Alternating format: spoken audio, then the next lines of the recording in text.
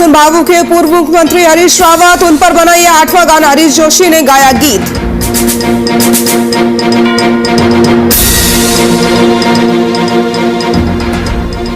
रुड़की में बीजेपी विधायक प्रदीप बत्रा ने मनाया जन्मदिन। रक्तदान शिविर का किया आयोजन। बड़ी संख्या में कैंप में पहुंचे समर्थक।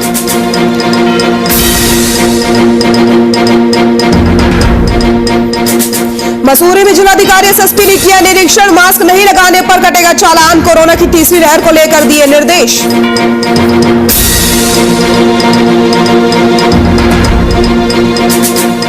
और जोशीमठ में 8000 से ज्यादा पर्यटकों से गुलजार हुई फूलों की घाटी। 4 धाम यात्रा बंद होने के कारण बनी पहली पसंद। देशी विदेशी सैलानियों की दिखी भीड़।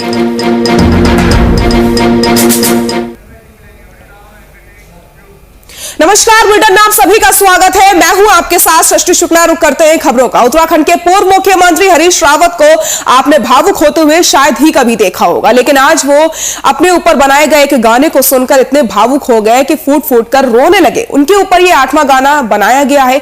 गाने में हरीश रावत के कार्यों की जमकर सराहना की गई है। वीडियो में हरीश रावत भावुक होते हुए बता रहे हैं कि इस गीत ने मेरी भावनाओं को झकझोर कर रख दिया है। वीडियो में वो आंसुओं को रोकने की कोशिश करते हुए भी नजर आ रहे हैं। हरीश रावत कहते हैं कि उनके ऊपर अब तक 8 गीत बन चुके हैं, लेकिन इस गीत ने उन्हें अंदर तक भावुक कर दिया है। हरीश रावत का कहना है कि पिछले कई सालों से लगातार हार का सामना करने के बावजूद भी प्रदेश के कवियों ने उन्हें स्वीकारता दी है, जिससे वो गदगद है।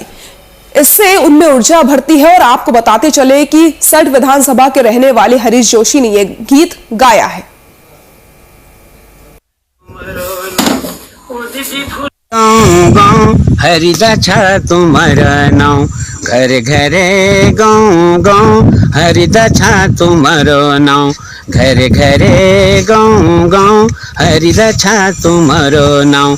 बहुत काम हरिद की सरकार माँ, बहुत काम हरिद की सरकार माँ, चल लहर हरिद की पहाड़ माँ, अरे चल गल हर कांग्रेस की पहाड़ माँ।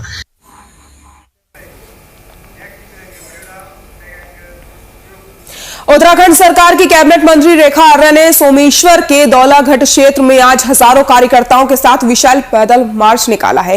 कैबिनेट मंत्री ने स्याही देवी मंडल कार्यालय का उद्घाटन भी किया। इस दौरान कैबिनेट मंत्री ने सैकड़ों लोगों को बीजेपी की सदस्यता भी दिलवाई है। इस दौरान उन्हें जगह जगह स्थानीय जनता का भरपूर स्नेह मिल रहा है। रविवार को दौलाघाट में भी ऐसा ही नजारा देखने को मिला। स्याही देवी मंडल के कार्यालय का उद्घाटन करने भी वो पहुंची। कैबिनेट मंत्री का हजारों लोगों ने गर्मजोशी से स्वागत किया। लोगों के स्वागत से अभिभूत होकर मंत्री ने हजारों लोगों और कार्यकर्ताओं के साथ विशाल पदयात्रा भी की है। आज स्वरोजगार योजना के तहत में हमारे 56 लाभार्थियों को जो है ऋण स्वीकृत करते हुए उनको चेक वितरित किए गए। उनके विभिन्न प्रकार के उनके स्वरोजगार है।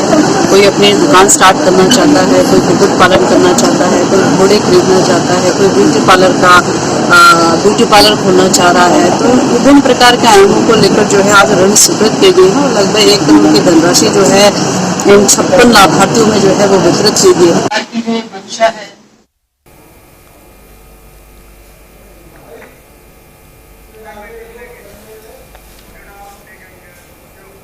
रुड़की में बीजेपी विधायक प्रदीप बत्रा के जन्म दिवस के अवसर पर कैंप कार्यालय पर रक्तदान शिविर का आयोजन किया गया, जिसमें विधायक बत्रा समेत कई बीजेपी कार्यकर्ताओं ने रक्तदान किया। आपको बताते चले कि आज विधायक प्रदीप बत्रा के कैंप कार्यालय पर उनके जन्म दिवस के अवसर पर बड़ी संख्या में उनके समर्थक कैंप कार्यालय पर पहुंचे और जिन्होंने केक काटकर और आतिशबाजी के साथ धूमधाम तरीके से जन्मदिन मनाया। वहीं कैंप कार्यालय पर इस अवसर पर रक्तदान शिविर का भी आयोजन किया गया, जिसमें विधायक प्रदीप बत्रा ने भी रक्तदान किया और कहा कि मानव सेवा ही सबसे बड़ी सेवा है। सभी को सेवा भाव से कार्य करना चाहिए। सेवा से बढ़कर कोई कार्य नहीं हो सकता। देश के लिए कुछ कर सके हमारा सौभाग्य है और अगर हमारा खून का भी किसी काम आ सकता है तो हम देने के लिए तैयार हैं।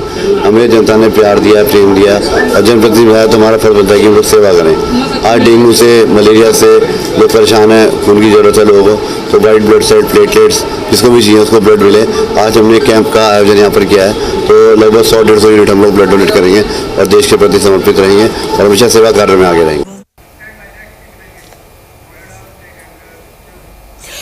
कांग्रेस के पूर्व प्रदेश अध्यक्ष किशोर उपाध्याय का बड़ा बयान सामने आया है। हरिद्वार पहुंचे किशोर उपाध्याय ने पत्रकारों से बातचीत के दौरान कहा कि कांग्रेस में उनके साथ न्याय नहीं हुआ। उत्तराखंड में कांग्रेस को स्थापित करने में जितना हरीश रावत का योगदान है, उसका 10 से 20% योगदान तो उनका भी है, लेकिन आज तक उनके साथ न्याय नहीं हुआ है। राज्य स्थापित होने के बाद से आज तक उनकी उपेक्षा की जा रही है। उन्होंने कहा कि अमेठी में जब वो राजीव गांधी के चुनाव इंचार्ज थे, तब वो भारी मतों से जीते थे।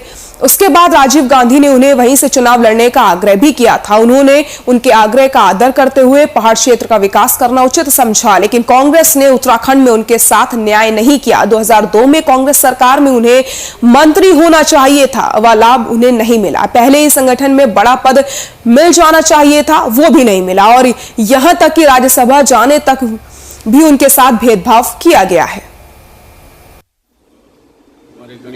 अच्छा है, सब अच्छा कर रहे हैं।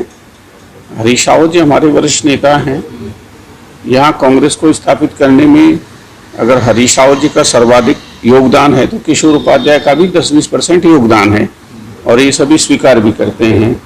भले मेरे साथ उस हिसाब से न्याय ना हुआ, वो अलग बात हो, लेकिन हमने पार्टी को इस्टेब्लिश किया है, यहाँ अलग राज्य बनाया है, और वो हमारे वरिष्ठतम नेता हैं और निश्चित रूप से समझदार भी।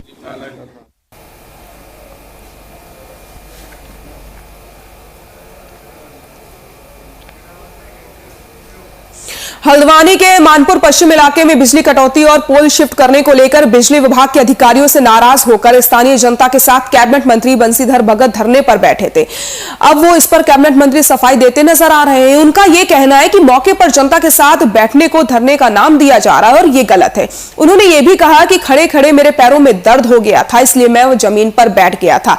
हकीकत यह है कि पार्षद का फोन आने के बाद मैं मौके पर वास्तविकता जानने के लिए गया था। अब जनता के साथ मौके पर बैठ जाने को धरने का नाम देना गलत है। अगर कहीं पर भी हमारी जनता का शोषण या उत्पीड़न होगा तो मैं वहां पर 10 बार जाऊंगा। बंशीधर भगत के मुताबिक इस मामले में उनके पार्षद को जनता का भारी आक्रोश झेलना पड़ा है और पार्षद ने मुझे कई फोन किए। कैबिनेट मंत्री के इस बयान से लग रहा है कि कैबिनेट मंत्री भगत सिंह इस मामले पर काफी किरकिरी हुई है, जिसके बाद उनके तेवर अब नरम पड़ गए। पार्षद मेरे पार्षद को 6 बजे से 10 बजे तक बिना बिजली के लोगों का रोज झेलना पड़ा, तो उसने मुझे 4 बार फोन किया और मैंने एक्शन को फोन किया। एक्शन ने कहा कि वहां मेरे एसडीओ और जेई गए हुए और वो कहें कि यहाँ नहीं आए हुए, तो मैंने एक्शन साहब को कहा कि तुम भी आओ और मैं भी आता हूँ, वास्तविकता का पता लग जाएगा। तो वहां आए, वहां कोई नहीं था। फिर बाद में एक्शन से पहले एई जेई आए, फिर एक्शन साहब आए। अब टांगों में दर्द हो रहा है, रात के 11 बज गए, तो हम सबील पर बैठ गए। अब बैठने को एकदम धरने का नाम दे देना ये तो गलत बात है। जब गांव के सब आदमी बैठ गए तो हम भी बैठ गए।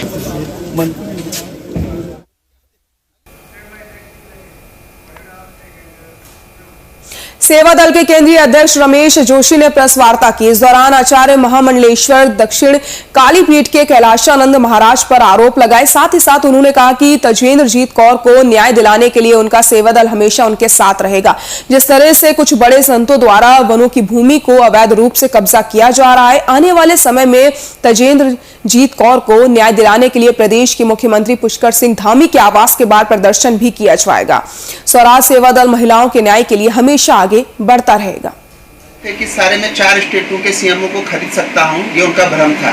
वो जमाने चले गए जब समाजवादी पार्टी उनको संरक्षण देती थी, और इस प्रदेश के अंदर अन्याय, अत्याचार, भ्रष्टाचार बिल्कुल नहीं होगा। और इसका जीता जागता उदाहरण एचआरडीए द्वारा दे दिया गया है। आशीष शर्मा टुल्ली जो महंत सुधीरगिरी हत्याकांड में संलिप्त था, जिसको डॉक्टर सदानंद दाते साहब ने जेल भेजा था, वो 2 प्रॉपर्टी सील होने का मतलब है कैलाशानंद की प्रॉपर्टियां सील हुई हैं। और यथाशीघ्र जो कैलाशानंद को जो जमीन जंगलात की, फॉरेस्ट की जमीन दी गई है, उस पर भी जांच करवा दी गई है। प्रधानमंत्री नरेंद्र मोदी के नेतृत्व में पूरे देश में कोविड-19 अभियान को जोरों शोर से चलाया जा रहा है। राजधानी देहरादून के मनोनीत विधायक जीआईजी मैडम के कार्बन स्कूल में समर्पण सोसाइटी, कृष्णा मेडिकल कॉलेज के डायरेक्टर गीता खन्ना, सामाजिक कार्यकर्ता राजू भैया और वीआईपी न्यूज के स्टेट हेड संजय श्रीवास्तव के द्वारा कोविड-19 निःशुल्क टीकाकरण कैंप लगाया गया। राहुल दयाल ने बताया कि काफी लोग हमारे टीकाकरण अभियान में आ चुके हैं। देखिए, ऐसा ये जो आज निःशुल्क टीकाकरण कैंप लगवाया गया है कोविड संक्रमण से रोकने के लिए, उसकी रोकथाम के लिए, समर्पण सोसाइटी का बहुत धन्यवाद करना चाहेंगे। कृष्णा मेडिकल सेंटर की डायरेक्टर डॉक्टर गीता खन्ना का बहुत धन्यवाद करना चाहेंगे। सामाजिक कार्यकर्ता देहरादून के हैं राजू भैया और चौधरी साहब और क्या नाम है श्रीवास्तव जी, संजय श्रीवास्तव जी, इनका बहुत धन्यवाद करना चाहेंगे। इन सबके सहयोग से जो है आज कारमन स्कूल, जो कि मनोनीत विधायक श्री GIG मैन जो हैं उनका स्कूल है, उनके स्कूल में ये कैंप का आयोजन किया गया है। करीब 150 से ज़्यादा की संख्या में लोग अभी तक हमारे पास आ चुके हैं और निःशुल्क फैसिलिटी का वो जो है उपलब्ध जो फैसिलिटी है उसका फ़ायदा उठा रहे हैं।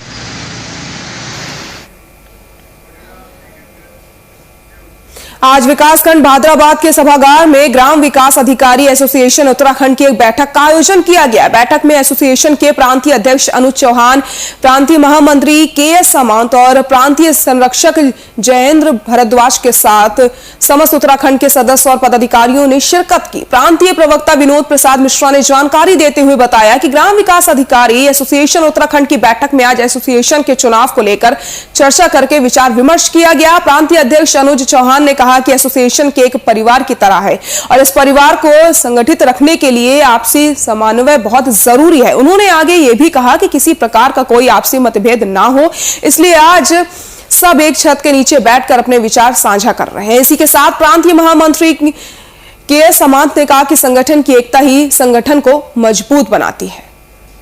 आज पहली ऑनलाइन बैठक हुई, ऑफलाइन बैठक की गई, इसमें ग्राम विकास अधिकारी एसोसिएशन इस संवर्ग के विभिन्न मुद्दों पर आज यहाँ पर चर्चा हुई, जैसे कि नई भर्ती की प्रक्रिया, जो दिनों दिन स्टाफ कम हो रहा है, तो इसकी जितनी हमारी तादाद स्वीकृत है उस हिसाब से नई भर्ती और संगठन का अधिवेशन का चुनाव नहीं हो पाया इस कोरोना की वैश्विक महामारी की वजह से। इस पर आज पूरे उत्तराखंड राज्य से हमारे ग्राम विकास अधिकारी संवर्ग के साथी यहाँ पर आए हुए हैं। इस पर गहन विचार विमर्श करते हुए बहुत शीघ्र अधिवेशन बुलाए जाने के बाद समिति रखी गई है और बाकी वेतन विसंगति के मामले में कई सारे हमारे संवर्ग से रिलेटेड मुद्दों पर आज यहाँ पर गहन विचार विमर्श। शांभवी धाम झुड़ीपुरम भूपतवाला हरिद्वार के पीठाधीश्वर स्वामी आनंद स्वरूप महाराज ने उत्तराखंड सरकार से संपूर्ण हिमालय क्षेत्र को हिंदू तीर्थ क्षेत्र घोषित कर दिया है और क्षेत्र में गैर हिंदुओं के प्रवेश को वर्जित करने की मांग की गई। वहीं पीठाधीश्वर स्वामी आनंद स्वरूप ने उत्तराखंड सरकार से तत्काल 4 धाम यात्रा पर लगाई गई रोक को हटाने की मांग भी की है। यही नहीं, मांगे न माने जाने पर पीठाधीश्वर आनंद स्वरूप महाराज ने उत्तराखंड सरकार के विरुद्ध आंदोलन करने और आगामी विधानसभा चुनाव में साधु संतों द्वारा बीजेपी पार्टी को वोट न करने की चेतावनी भी दे दी है। ये है कि उत्तराखंड हिंदुओं की आध्यात्मिक राजधानी होनी चाहिए। उत्तराखंड हिमालय चूंकि हमारे देवालय हैं, हमारे देवता हैं, उसमें गैर हिंदुओं का प्रवेश वर्जित हो, इस मांग को लेकर के मैं लगातार प्रयास कर रहा हूं। मैं संत समाज का भी आह्वान कर रहा हूं कि आप बैठ करके सिर्फ लिफाफे बटोरिए मत, सिर्फ भंडारे मत खाइए, आइए धर्म को बचाने का यह समर है, इसमें नहीं बचेगा। और अगर हिमालय में हिंदू धर्म नहीं बचेगा, वहां पे भी गैर हिंदुओं का कब्जा हो जाएगा, तो फिर आप किससे भंडारा करेंगे? वो स्थिति तालिबान की होगी, चाइना उसका सपोर्ट करेगा। इस पे अगर अभी मैं जिलाधिकारी से बात कर रहा था, इतना नालायक जिलाधिकारी, उसको ये पता नहीं है कि यह नोटिफिकेशन उत्तराखंड हिमालय।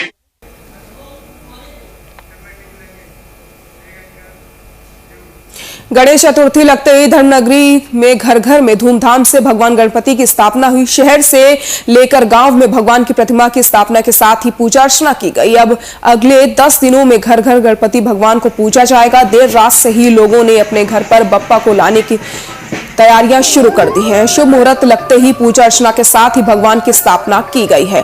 हिंदू पंचांग के अनुसार हर साल भाद्रपद मास में शुक्ल पक्ष की चतुर्थी तिथि पर गणेश चतुर्थी का पावन पर्व मनाया जाता है।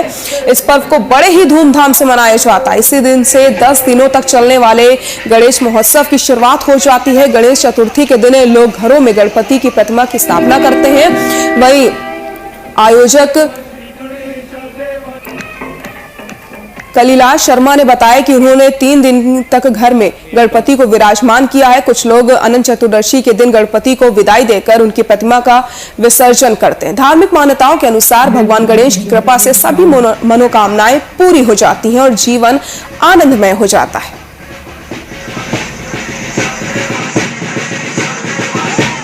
मौसम पे तो किसी का नियंत्रण नहीं है, ये तो सिर्फ बप्पा की लीला है। जिस तरह से बप्पा ने ये कार्यक्रम आयोजन करवाया, उसी तरह से वो आगे इसको आगे भी कराएंगे। और कॉलोनी वासियों ने बहुत ही एक छोटा सा कार्यक्रम मॉडल कॉलोनी आवासिका से पहली बार ये कराया है, ये भी बप्पा के कारण हुआ है, तो इसे बप्पा ही पूरा कराएंगे। और मौसम और लीला विधाता सब वही हैं, तो वही जैसे करेंगे वो ही करेंगे।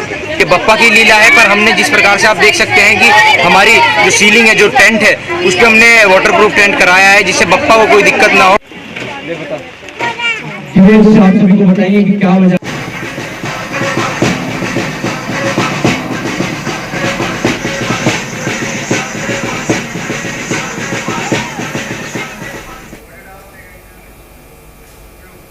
सनातन धर्म में मंदिर लंधोर बाजार मसूरी में सुबह से ही पूजा अर्चना और मंदिर परिसर में भक्तों की भीड़ लगी रही और गणपति बप्पा मोरी अगले बरस तू जल्दी आके जयकारों के साथ पर्यटन नगरी भक्तिमय हो गई। इस दौरान दर्जनों श्रद्धालु मंदिर परिसर में मौजूद रहे और श्री गणेश जी की मूर्ति विसर्जन के लिए यमुना नदी की ओर से निकल पड़े। जगह जगह पर उनका स्वागत किया गया, आतिशबाजी की गई।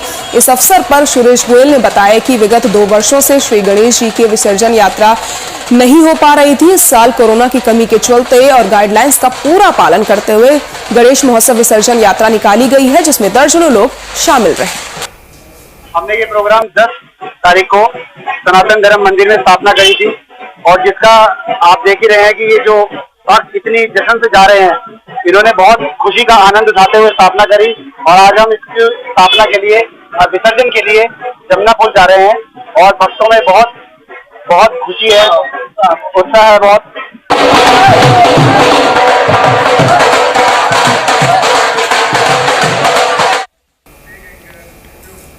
आज जसपुर की समाज सेवी संस्था हकीम रफीक अहमद मेमोरियल सोसाइटी ने बीजेपी के पूर्व कैबिनेट मंत्री विनय रोहिला को उनके उत्कृष्ट और विकास कार्यों के लिए doctor APJ Abdul Kalam award 2021 से सम्मानित किया। वहीं संस्था के पदाधिकारियों ने उत्तराखंड बनने के बाद जसपुर के पूर्व विधायकों ने जसपुर को कोई नई दिशा और पहचान नहीं दी, लेकिन बीजेपी के कद्दावर नेता विनय रोहिला द्वारा जसपुर को एक नई और अनेक विकास कार्यों और जसपुर में अनेकों योजनाओं से लाभान्वित करके जसपुर का नाम रोशन किया। इसी के लिए आज विकास पुरुष की संज्ञा देते हुए विनय रोहिला को सम्मानित किया गया है। विनय रोहिला जो भारतीय जनता पार्टी के नेता हैं, उनको आज हकीम डॉक्टर रफीक साहब के जो फाउंडेशन है उनके द्वारा जो है हमने उनको सम्मानित किया है एपीजे अब्दुल कलाम अवार्ड से, क्योंकि उन्होंने इस विधानसभा ही नहीं बल्कि और दूसरे क्षेत्रों में भी ऐसे सराहनीय कार्य किए हैं जो वाकई उनके वो हकदार बनते हैं। जैसे उर्दू टीचर्स की नियुक्ति कराने में उनका सबसे बड़ा हाथ है, रोडवेज अड्डा बनाने में उनका सबसे बड़ा हाथ है। पौराणिक देव जागरों और ढोल की थाप के बीच भगवती नंदा स्वप्नूल को बुलाने उर्गम घाटी से मैनवा खाल के लिए आज 19 पवित्र देव छतोलियां रवाना हो गईं। कल्प घाटी उर्गम के साथ जोशीमठ प्रखंड के डांडो सलूड मोल्ठा गांव बद्रीनाथ में पहाड़ की आराध्या देवी और धिड़ियान बेटी के रूप में पूज्य मां नंदा का उत्सव लोक जात यात्रा आज से शुरू हो गई है। वहीं 14 सितंबर को सभी छतोलियां अपने अपने गांवों में ब्रह्म कमल लेकर आएंगी। ये हमारी सांस्कृतिक विरासत ये हमारे पूर्वजों से होके आज तक चली आ रही है और आज जो षष्ठी तिथि है इस दिन हमारे जो ये यात्री हैं जो ये छतोली लेके जाते हैं मां नंदा के पास, उनको बुलावा के लिए जाते हैं हिमालय पर्वत पे और वहाँ से ब्रह्म कमल लाते हैं और ये गांव के तमाम दुर्गम क्षेत्र की जनता यहाँ पर आती है। भूमि क्षेत्र पाल मंदिर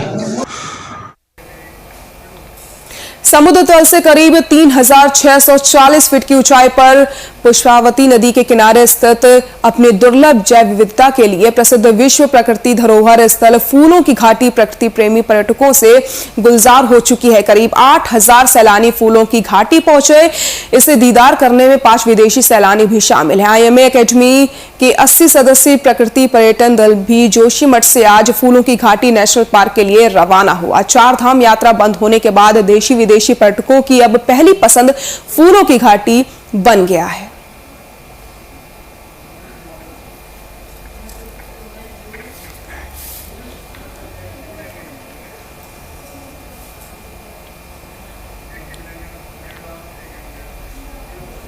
जिलाधिकारी डॉक्टर आर राजेश कुमार और एसएसपी जन्मेजय खंडूरी ने आज मसूरी में मॉल रोड का निरीक्षण किया। साथ ही साथ अधिकारियों को निर्देशित करते हुए कहा कि रोड पर किसी भी नियम के उल्लंघन को बर्दाश्त नहीं किया जाएगा। इतना ही नहीं, कोरोना गाइडलाइंस का जो भी पालन नहीं करेगा और बिना मास्क के जो भी आएगा उसका चालान काटा जाएगा। निरीक्षण के बाद जिलाधिकारी ने उप जिला अस्पताल मसूरी का निरीक्षण किया और डॉक्टरों को कोरोना की तीसरी लहर के लिए तैयार रहने को कहा गया है। बेसिकली एसओपी जारी है, जो भी आ रहा है वो विद इन 72 आवर्स उसका आरटीपीसीआर टेस्ट होना चाहिए। अगर उसको दोनों वैक्सीन लगी हैं तो डबल वैक्सीन का उसके पास प्रूफ होना चाहिए। तो ये क्लियर कट गाइडलाइंस है। इसके बाद जो पर्यटक यहाँ पर आ रहे हैं उनको भी एसओपी जारी की गई है कि वो ओपन एरियाज में घूमें तो मास्क लगाकर घूमें, पब्लिक स्पेसेस में घूमें तो मास्क लगाकर घूमें, ज़्यादा से ज़्यादा सोशल डिस्टेंसिंग का अनुपालन करें। अगली खबर रुद्रप्रयाग से है, जहां पर अंथोली सलगांव सकलाना मोटर मार्ग का खस्ता हाल हो चुका है। स्थानीय लोग लंबे समय से इस रास्ते के सुधर जाने की मांग कर रहे हैं, लेकिन अभी तक इसे लेकर किसी भी तरह से कार्रवाई नहीं की गई है। इसी लापरवाही को देखते हुए स्थानीय लोगों ने आंदोलन करने का मन बना लिया है। आज हमारे बीच डिमरी जी आए थे। आपने हमारे इधर रोड की हालत देखी होगी। तिलवाड़ा से स्टार्ट, जैसे अंथोली से स्टार्ट होता है और ऊपर सिलगांव और इधर आगे हमारा बड़ा क्षेत्र खील और आगे सकनाना, तो यहाँ पे कहीं कहीं पे रोड की इतनी बुरी हालत है कि मतलब आप गाड़ी नहीं चला सकते। तो ऊपर से आए दिन यहाँ पे दुर्घटनाएं हो रही हैं। ये रोड जब से बनी है तब से दोबारा यहाँ पे कुछ डेंटिंग पेंटिंग नहीं हुई है और इवन नाली बनाई गई थी, पता नहीं कहाँ बनी है वो। अगर आपको भाजपा और कांग्रेस के विकास का मॉडल देखना है तो आप पहाड़ी क्षेत्रों की सड़क की हालत देखकर इसका अंदाजा लगा सकते हैं। मैं समय जिस सड़क पर खड़ा हूं उस सड़क का नाम अंथोली सिलगांव मोटर मार्ग है। इस सड़क से इस इलाके के करीब 1 दर्जन गांव जुड़े हुए हैं और सड़क की दुर्दशा ऐसी बनी हुई है कि कभी भी सड़क पर कोई बड़ी अनहोनी हो सकती है। स्थानीय लोग इस सड़क के सुधारीकरण और डामरीकरण की मांग लंबे समय से कर रहे हैं।